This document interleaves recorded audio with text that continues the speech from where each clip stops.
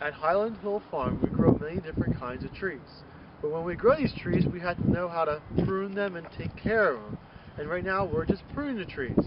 For pruning trees, you need two basic tools. First one is a nice cutters, or pruners, and the second one is a pole pruner, such as this. This tree right here I'm going to prune for you is called an October Glory Red Maple. It's been in our field. This is its second winter. We planted it as a 5 to 6 foot tall whip tree. You can see it's grown fairly good. This is going to be its second time being pruned. Basically, when we start with pruning the tree, the first thing we want to do is we want to check the trunk of the tree and make sure there's no suckers growing off the base of the tree. If there's none, we start working a little bit higher up on the tree. This one does not have any suckers going off the base of the tree.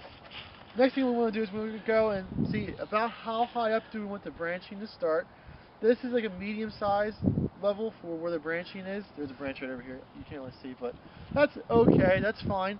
Some of the branching we'll have to go and we'll cut them up so that the first branching starts up a little higher. This one's already been pruned though. And we're going to work on this one. Since we don't have to cut any of the branches that make the first branching higher up, what we do next is we go through and we use our pruners correctly. This is a Felco's bypass pruner. You see the one side's a blade and the other side is not. That's like the anvil side. And when you cut, the blade will cut on this side of the branch and this side will get pinched. So when you cut, you always want to keep the side you're keeping on the tree, this side, and the side that you're cutting off is on this side. So that's how you use these pruners.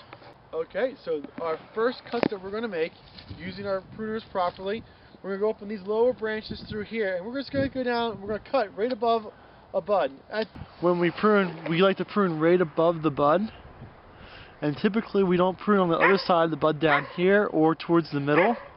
And the reason we don't do that is that the more you leave above the bud, that's going to die down to the point of the bud, and it's a point of where funguses and infection can go into the plant. So the bigger the port of entry it is, the more energy the funguses and bacteria have in order to infiltrate into the tree. So just pruning right there is just a good pruning practice. This stage of the life of the tree, it's not really too important, but every time you use proper pruning practices, it always makes the tree that much higher.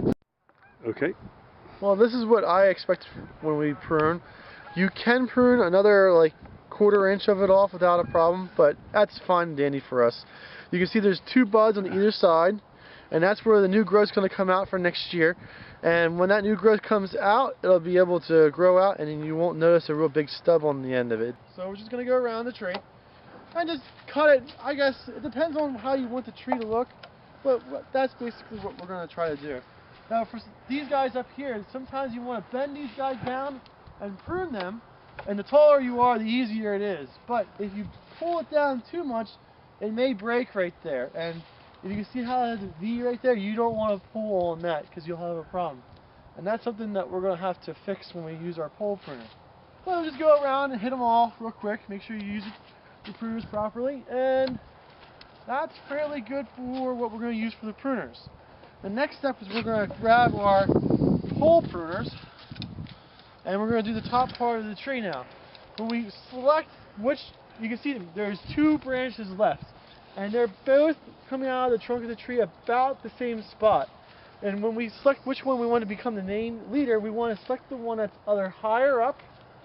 So this one here is higher up than that one. So this one of these 2 would be chosen over this. And we want to choose one that's most in the center. And sometimes when you're pruning, you'll see a tree that will have 3 of them come out, and the one in the middle is the weakest. And that one in the middle is the one you want to keep because that'll keep the straightest trunk, and it'll have the most secure attachment of the branches to the trunk of the tree. So that's kind of important to remember. But so what we're going to do is, since this one I chose to be a little bit bigger of a trunk for a center one, and also more towards the center of the tree, we're going to go through and we're going to pole prune right about here onto the tree.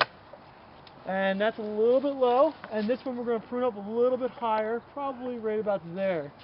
And next year, all those buds there will grow up, and they'll grow up maybe 4 feet, and those will grow up 4 feet, but overall those will be taller up, so that will become the dominant part of the tree. That's basically how we want to prune the tree. Okay, well this is a prune that we did right up against the trunk of the tree, and this is how I prefer to have my prunes made on our trees. There's other people that prune in different ways. What I was taught in school, I went to Delaware Valley College, and they taught me an idea called Khodet, or compartmentalization of decay in tree, by Alex Shago. And he said basically these rings that you see around the tree, those are natural barriers to stop decay from going into the tree. And if you cut so close, like a flush cut to it, you'll damage those rings, and then infection can spread from the branch into the trunk of the tree. So we usually cut right above the point where those rings are, so there's not a lot of wood left here for funguses to grow into and take energy from to drill into our tree. So usually have to cut it right there, and as close as you can to the rings without damaging the rings, and you're pretty much good to go. Each tree has rings on it differently.